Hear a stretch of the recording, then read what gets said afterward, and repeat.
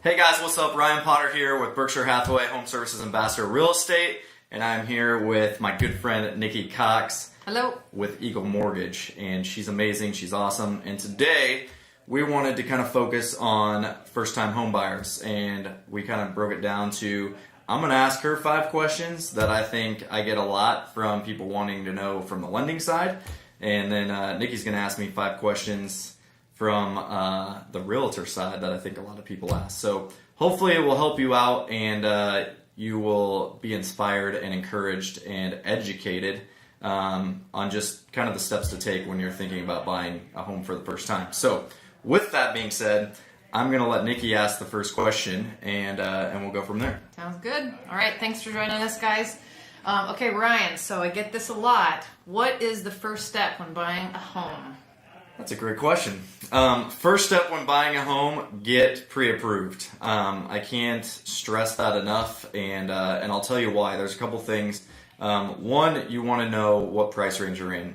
You obviously don't want to go look at houses and find one you love and then realize that you can't afford that one, right? And then the other one that I like to talk about is actually from the selling side, because some people don't understand kind of the time frame that it goes into actually listing your house and then doing showings and all that kind of stuff. You schedule showings for about an hour. And so if you get 3 showings that day, that's 3 hours that a seller has to be out of their house, right? So a lot of times you want to honor that time, you want to respect that time, and if you're not ready to buy, then you probably shouldn't be going through those houses. So a seller wants to know that there is a ready, willing, and able buyer, and they're willing to write on the house if they really like it. So I don't think sellers really like a lot of people that just walk through the house and then they're not serious about buying the house, because it's a waste of their time, and it's a waste of the buyers and the realtor's time as well. So hopefully that helps answer that question. So when you're ready, contact me and we'll get that process started. That's right. That's right. The next question I think I'm going to ask is, how much do I need for a down payment? Very good question. Good place to start. So I think there's a lot of misconception out there regarding what you have to have for a down payment to buy a house. So there's a lot of different programs available for lower down payments than some people might realize.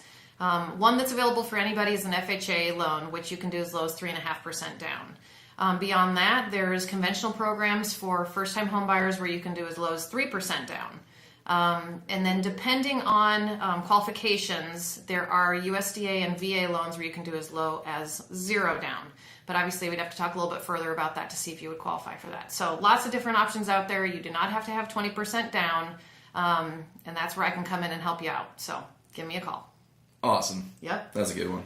All right, so back at you, Ryan. Okay, you ready? All right, I'm ready. What does a realtor do? Woo! That's an in-depth question. To simplify that question, everything. I'm done. No, I'm just joking. We do a lot of things.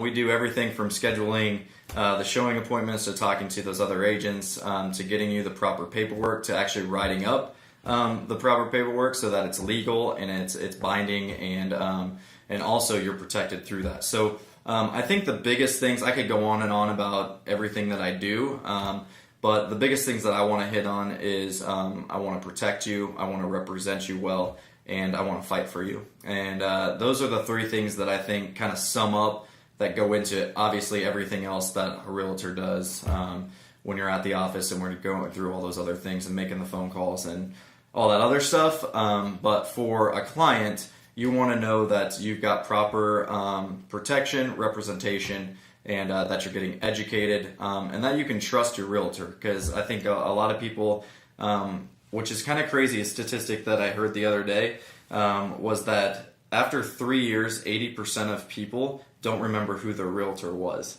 And that crazy. That kind of shocked me a little bit, because I was like, that kind of tells me that realtor was in it for a transaction and they weren't in it to build and establish a relationship. And that's what I like to do. I like to build, establish that relationship, and then educate them throughout that entire process. So there's a lot of steps that go through that process, starting with the pre-approval and then moving all the way through the closing.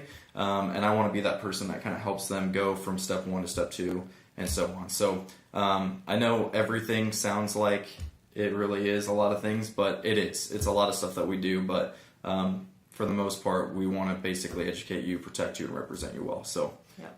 Well said, Ryan. Thanks. He'll handle it for you. I will try.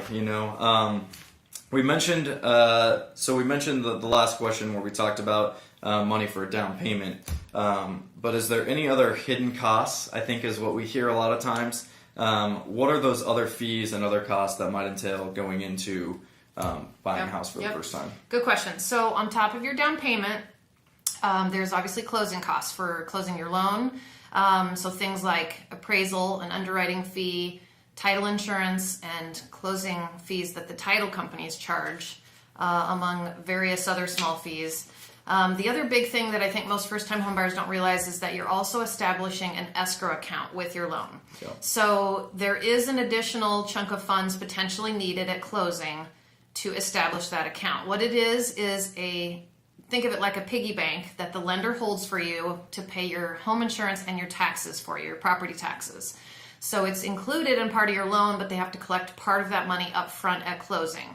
Now, Ryan can help with this, obviously, but potentially you can always ask a seller to help pay some of those additional costs, but that's part of the negotiation on the home. So again, trust the experts. Yep. Contact me, contact Ryan if you have any questions on those additional fees, what a seller can and cannot pay, and all those things. We're happy to help. Right on. Yep. Like it. I think you're up next. Okay, yes I am. Okay, so I feel like we're on a game show. It's kind of fun. Question for you, Ryan. Yes. How much does someone have to pay you for your services? Ooh, that is a great question. And I'm going to share a story because I got this question asked yesterday. So I'm actually working with a client right now, and he's thinking about building. And we were going through, all the different things that come with new construction. And he's like, before we go any further, he's like, can I just ask you, how much do I need to pay you for your services through this process? And I was like, bro, nothing. It's free. And he was kind of dumbfounded and looked at me like, nothing's free. And I was like, okay, here's how it works. So I kind of broke down how that worked. If you're the seller, you always hear about the commission, right? So you hear the 6%, the 7% commission. So if I'm representing a seller, then the seller is going to pay out that commission, and they're going to be the ones that are paying out of pocket because that comes out of their costs at the end. But for a buyer, they don't pay anything. So again, I was explaining to him, yes, I sit down and I go meeting to meeting to meeting with you and the builder and with other things and the paperwork and all that stuff, but I don't get paid until you have the keys in your hand. So again, this is why I don't understand why people will not choose to use a realtor if they're buying a house. It doesn't make any sense to me because it's free, and then you know that you're being protected and you're being represented again. And if you're working with someone that's trustworthy, they're going to give you that honest advice. They're going to walk you through some of the things that come up, like a home inspection and that kind of thing. So yeah, again, short answer, nothing. You don't pay anything. Long answer is with nothing comes a lot of things that we will offer you as the home buyer through that process. So very good question. Good call. Thank you. Yep. What do you got? So you mentioned obviously the closing costs and the pre-approval and some other hidden fees or whatever. But what kind of credit do I need if I'm looking to buy a house? Yep. Because I feel like that's another question that gets asked a lot. It is. And credit is obviously a big part of getting you pre-qualified, pre-approved for a home loan. The short answer, to use Ryan's terminology, is generally anything above 620 for a credit score. Credit score is something that we can work with. The higher credit score, the better your pricing and interest rate options will be. There are some differences depending on what loan type we're talking about, FHA versus conventional and those things, where certain credit scores are required. But as a general statement, something above 620 is what we're looking for. And to that note, I'm always happy to help someone review their credit, look at where they might have some places that they can do some small things to improve their scores to get them qualified. So if that's something you're looking to do, just feel free to reach out to me, and I'm happy to help walk through what we can do to get you qualified if you're not ready today. So she's awesome, by the way. Thanks, She's awesome. So she will help you get there. If it's not, that's the other thing I want to kind of add on to that is I think a lot of times people, when they're thinking of going through that process, they're like, well, my credit's only 590 or 600.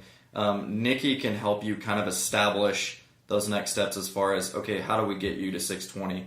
And here's kind of the time frame that that's going to take. She's done that with some of my clients. It's been super helpful. They've enjoyed that.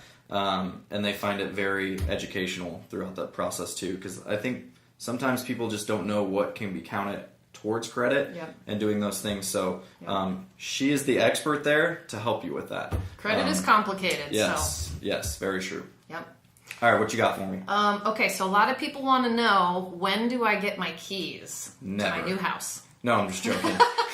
At closing. So as soon as we go through the whole process, we got a closing date set. Nikki gets you through that process, and it goes through underwriting, and you get your closing disclosure, and all those. We'll touch on all those other things later. But there's a whole system set up for you, and so we walk you through every step of the way, and then when we decide on what that closing date will be, that day when we sign all the paperwork, I will hand you the keys to your new house. That sounds exciting. Hey, it is an exciting day. Closing day is fun. Yep, closing day is a big day. We get paid, and you get your keys, so everybody's happy.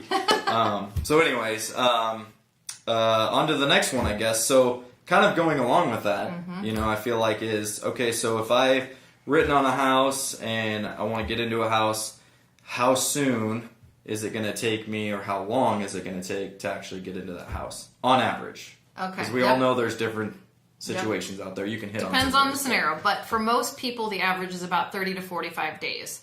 From the time they have the accepted offer that Ryan's got for you, from the time that you actually sit at the closing table, sign your paperwork, and get the keys. So some of the things that kind of go into that process, part of it is stuff that I'm doing, part of it is stuff that Ryan is doing. So some of the things that are on my end is we're working on locking your interest rate, getting loan paperwork started, and submitting your loan to underwriting. Once it's in underwriting, we are going to order an appraisal, which is going to validate the purchase price that you're paying for your property, because your property is collateral for your loan. So the appraisal is an important part of that. The appraisal process can take a little time. It just depends on how busy the appraisers are in the area. But anywhere from a week to 2 potentially on getting that report back. So that's a big chunk of that time frame. Otherwise, it's just underwriting and loan processing stuff that we're doing.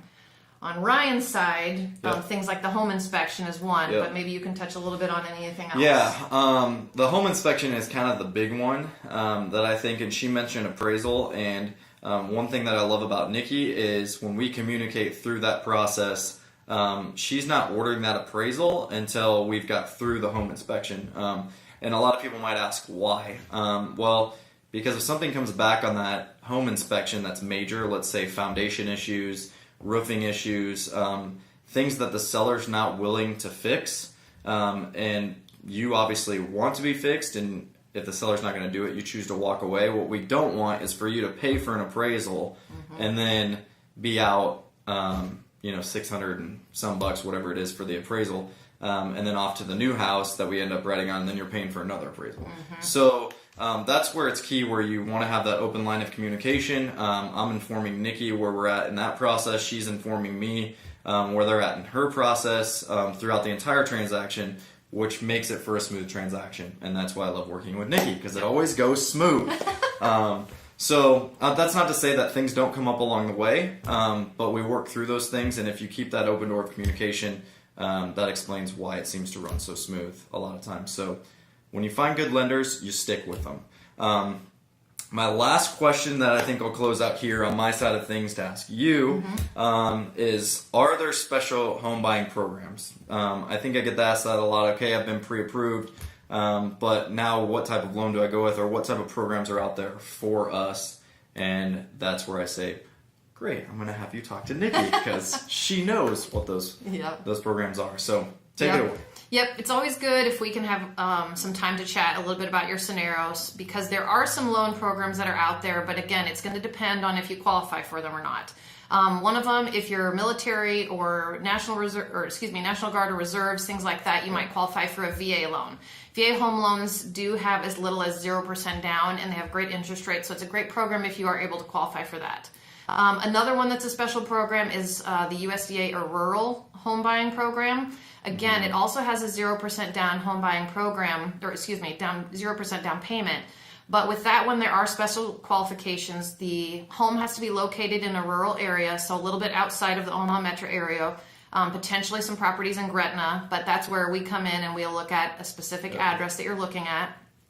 With USDA, there are also some income qualifications, like an income cap, as well as some credit qualifying for that. So again, if you are considering any of those additional programs, call me so we can talk through what's required and make sure that we can get you in the right program for you. So lots of options. I also touched earlier on the FHA as low as 3.5% down payment, as well as conventional for first-time home buyers with low as 3% down. So there's quite a few different options out there for you guys in terms of being first-time buyers and lower down payment scenarios. That's awesome. Yep. That's what people like to hear. That's right. Okay, so I've got one more for you, Ryan. Okay. What is your best advice for first-time home buyers? That one is easy. Trust the professionals. Trust me as your realtor, trust Nikki as your lender, and trust the other people involved. You know, a lot of times I'll have questions that could come up, and especially sometimes it'll even be with like inspections and things like that.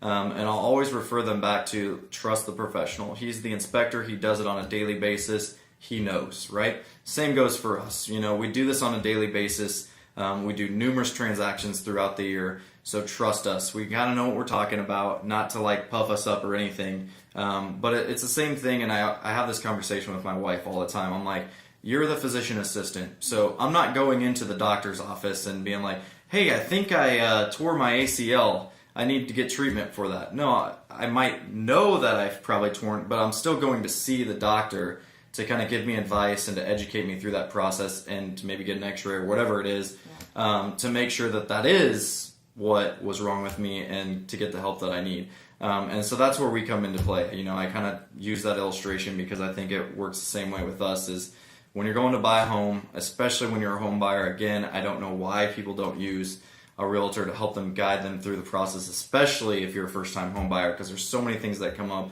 I say the same thing in new construction because new construction is a completely different beast, and I don't know why you wouldn't want somebody to walk you through that process and to represent you as you're working with a builder. I've seen way too many people get taken advantage of, and I don't like that, and neither does Nikki. Nope. And buying a home is a big thing you're doing. It's a big important event in your life, so make sure that you trust the professionals to help you get through it correctly. Exactly. It's probably one of the biggest decisions that you're going to make in your life. So if you're investing in something, which you are, your property, your home, why wouldn't you want the professionals and the people that are knowledgeable and have the wisdom to help guide you through that process? So with that, I think that's going to wrap up kind of this session. I kind of like doing these things. So keep your eyes open for some new ones that we'll be doing. If you guys have any suggestions on topics you want us to cover, we'd be more than happy to do that. Just send us a message and we'll get together and we'll make another one of those for you. But thanks again for joining us. Again, Ryan Potter, Berkshire Hathaway Home Services, Ambassador Real Estate,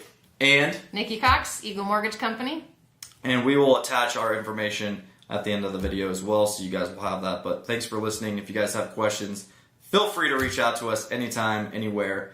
We are available 24/7, 365, except for maybe when we're with kids or we're sleeping. Thanks, guys. Thanks.